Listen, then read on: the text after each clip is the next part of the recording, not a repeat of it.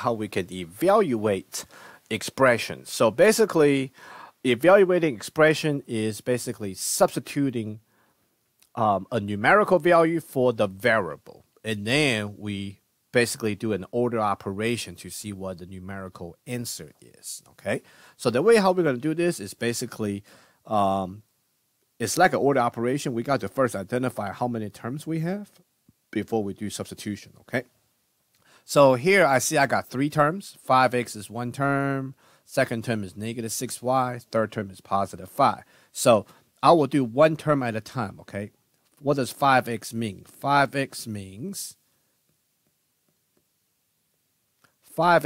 5 times x. So now I will say 5 times, replacing the x with a negative 3. So whenever I'm doing substitution, I always put my number in the parentheses. Okay, especially if I have an exponent on the outside, and especially if I have a coefficient up front to do multiplication, then I will definitely put those numbers I'm substituting in the parentheses. So my first term is really just negative 15, right? 5 times negative 3. Second term, negative 6 times the y. So now I'm replacing y with positive 7. So my second term, negative 6 times 7 is negative 42. My last term is just positive 5. So that will still be positive 5. So I'm doing this 1 term at a time. All right, so let's combine them. Negative 15 minus 42, term with the same sign we add. So that will be negative 37. All right, plus 5. So now when I combine negative 7 plus 5, term with different sign, we subtract. So that should give me negative 32. That's my answer. Come up with a numerical answer. All right, tricky when it comes to substituting involving with exponents. So my first term, as you can see, is negative 5x squared. So we will say negative 5 times parenthesis 3. We substitute x for 3, so I put it in the parentheses, squared on the outside. So 3 squared go first, right? Exponent go first. 3 squared is not 6, okay? 3 squared means 3 times 3, which is 9. So 9 times negative 5 is negative 45. Second term, positive 2 times y squared.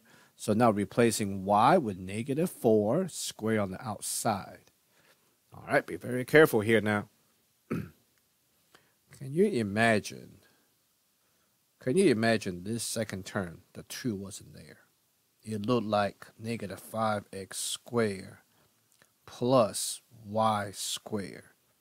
And then when I do a substitution, there would just be no 2 there. There would just be plus negative 4 squared. See, that plus a negative right there does not work when it comes to order operation. That's why I never really show y'all how to do the plus and minus is minus. Because exponent go first. So negative 4 squared means negative 4 times negative 4, which is actually positive 16. So that positive 16 will now times positive 2, which is positive 32. All right, last term is just positive 1. So I'm going to combine these last 2 first. So negative 45 is still the same. 32 minus 1 is 33. Positive 33. So now negative 45 plus 33, term with different sign, we subtract. So when I normally subtract 45 and 33, I should get 12. What kind of 12? Got to be negative because I got more negative 10 than positive terms. So that's negative 12. That's my answer. 1 term at a time. Now, this one is a little bit tricky, okay? Got to be very careful with this particular one. Because this particular problem, we have a parenthesis square on the outside already. So this whole problem only consists of 2 terms. The first term is what I'm worried about the most. So remember, parenthesis is already there. Squares on the outside, okay? In the parenthesis, my first term is simply just an x. So when I'm replacing this x with that positive 4, I do not need an extra parenthesis because there is no other coefficient in front of that x I need to multiply with. So if I put a parenthesis here, that means it's a positive 1 times that 4, which is still going to be positive 4. That's why I'm not putting a parenthesis on it. All right, my second term is positive y. Now I'm replacing y with negative 4. So that become plus a negative 4. Or you can say that's positive 1 times negative 4. Positive 1 times negative 4 is simply just going to be negative 4. So that's the reason why when I'm replacing this negative 4 for that positive y, I can just write down a negative 4. Okay? I don't need that. Really don't need that extra parenthesis because I know it's going to be positive 1 times that negative 4, which is still going to be negative 4. All right. So this is my first term, right? What's 4 minus 4? 0. What's 0 squared? Still 0. 0 means nothing is there. Okay. All right. Second term, negative 5z. So that would be negative 5 times 7, which is negative 35. So my final answer, just negative 35. Because my first term is 0. 0 means nothing's there. So the only thing I got is just that negative 35.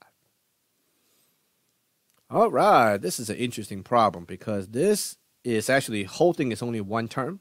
But if you look on the numerator, though, numerator has a subtraction sign there. So the numerator itself has two terms. So my first term on numerator is an x. Now it will be replaced with a negative 4. So since x has no coefficient or exponent, I'm just going to simply write my negative 4. Second term is negative 6 times the y. I'm replacing y with a 2. So basically my numerator now, negative 4 is still the same. Second term, negative 6 times 2 is negative 12.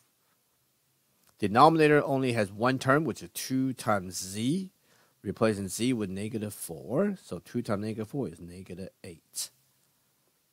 So let's combine what I got up here. Negative 4 minus 8. Term with the same sign, we add. So that will give me negative 16 on the top over negative 8 in the bottom. So negative 16 divided by negative 8 is positive 2. So that will be my answer. All right. So in this lecture video, we quickly take a look at how we can evaluating our algebraic expressions by substituting numerical value for the variable. So in many cases, when we substitute a number for variable, we always put them in the parenthesis because sometimes in front of that parenthesis, there might be another numerical value we have to multiply, or sometimes it has exponent. That's why we always, when it comes to substitution, we always put them in the parenthesis. All right, that will conclude this lecture video. Thank you for watching.